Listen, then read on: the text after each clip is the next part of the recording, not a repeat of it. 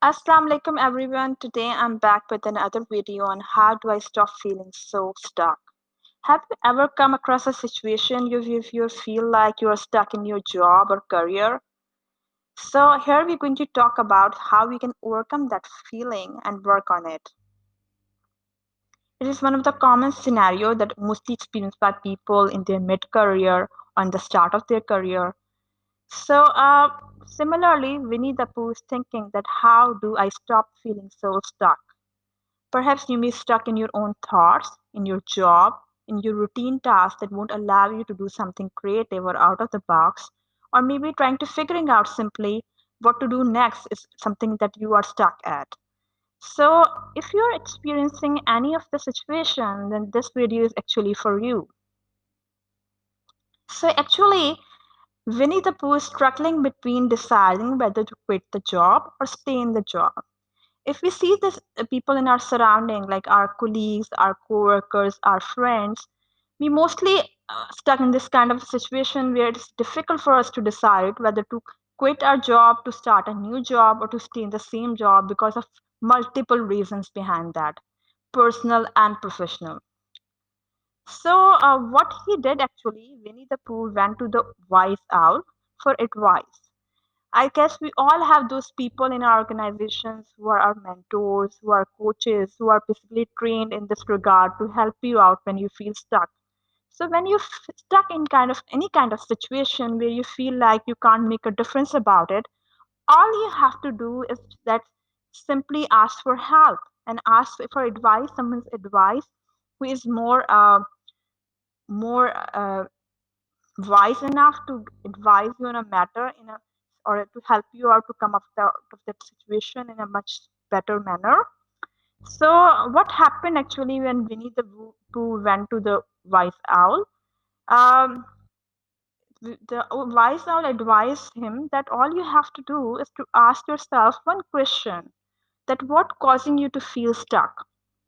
So, if you're in a situation where you're feeling stuck in your job or career, all you have to do is ask this question from your own self, that what makes you feel so stuck? Because being stuck is kind of a feeling that is on the surface, but there are deeper reasons that make you feel that way. Perhaps it's your own fear of switching to another organization and ending up with a toxic boss or some difficult people or some politics or some harassment, or maybe you are overwhelmed with the advices of the people around you, your family, your friends who are asking you should switch your job because it's time to switch or move on, or for a better raise or better salary or better designation, or you deserve more. Or perhaps it's the reason that it's your peer pressure, like your colleague got a better opportunity and he moved on, so you think of switching the job, or your batch mate is earning more than you, so simply you have to get clarity about it, that what actually makes you feel stuck in your job or career. Then secondly, the important thing is that once you are clear about your thoughts, you have to take an action. So you can do something about it, because no matter how clear you are about that particular feeling you have, it's not going to work as long as you're not going to take a decision. So perhaps you have to take a decision that I should switch a job and switch to an organization with a better environment, because that is what I'm afraid of. Or maybe I should wait and stay in the organization for getting promotion till next 6 months. So now you're going to take a decision based on your thoughts and the things that actually surfacing in creating that feeling of being stuck. Then you have to trust the process. It so happens that people are clear about their thoughts, they are taking action, but they're not understanding the importance of process. It comprises of certain steps that you have to follow to make it happen. Like once you take action, you have to check on the feedback. And if it's successful, then it's fine. If it's not, then you have to work on your next course of action to make it more better, to more aligned with your goals and objectives. So please trust the process. Another important thing is taking responsibility. I have seen people who are clear about their goals, objectives, and everything they want out of your life, but they're simply not taking ownership of it. They are not being held accountable for that. So, what you can do is that you can share those goals and deadlines with the people you are friends with, or your colleague or boss, so that they remind you about it from time to time and make you feel motivated to achieve them. Then another important thing is networking.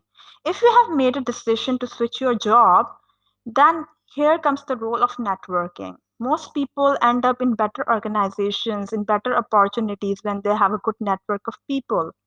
According to Adam Grant, the author of Give and Take, are about 58% more likely to get a new job through your weak ties than your strong ties. So, in your idea, who are your strong ties?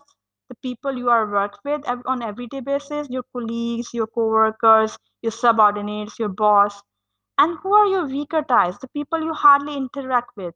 Like if you belong to HR, the HR fraternity, there's thousands of people in that fraternity you hardly interact with. But you start interacting with them, you may come across some opportunities that you're not familiar with, and you end up somewhere better. Another important thing is your company. Uh, According to Tim Ferriss, you are the average of the five people you most associate with. And it's so true.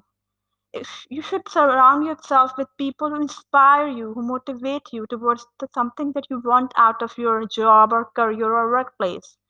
So whenever you are around them, you feel motivated, you come across some better ideas and advices, and it becomes so easy for you. So if you want to become a good performer, then enjoy the company of those who are excelling in their career, and they will definitely help you out in performing well in your job as well. Personal branding. It is also equally valid. That according to Jeff Bezos, what people say about you when you are not in the room is about personal brand. So, what you want to hear about yourself when you are not in the room, that defines your personal brand, and it should be based on those skills that you are good at. So, so many people excel in their career, in their jobs, because they have their own identity, their own personal identity that they maintain, and so many people admire them and they wanted to work with them and they approach them because of the way they do things. They carry out training sessions, or they talk to people, or they are particularly good at something, some skill. Have you ever went to a board discussion or meeting where you heard about someone who was not a part of the meeting, but everybody is appraising him for his or her skills or spark? That's come the role of personal branding. He or she is good at something, and that's why people are talking about him in his or her absence. So you need to work on that as well. And then comes the role of getting out of your comfort zone. You, in so many pep talks, motivational talks, we hear this sentence very commonly, that all you have to do is step out of your comfort zone because life begins outside it. So if you are doing boring routine tasks, maybe you're not trying anything new because you are not willing to step out of your comfort zone and try something new that may end up in a failure but give you experience. So all you have to do is try something you've never done before. It's the first step to step out of your comfort zone, meeting new people, doing different things, and then reframe your failures.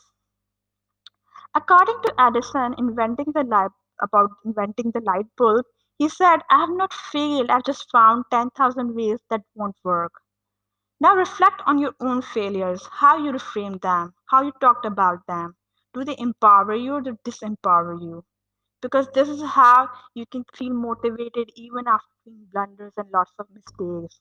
Successful people are those who never give up, who keep on trying and reframe their failures in a manner that motivate them to move forward. And this point is my favorite one. So I hope I shared some valuable tips with you based on the experience of experts in this regard. And I hope you're going to implement them and make them work to get over the feeling of being stuck. But please work on that. Use them. If you're going to use only one of them, still it's going to work and bring a difference in your career. Thank you so much. If you like my video, do share with others, do subscribe my channel, and do share your feedback. Thank you, take care, and Allah Hafiz.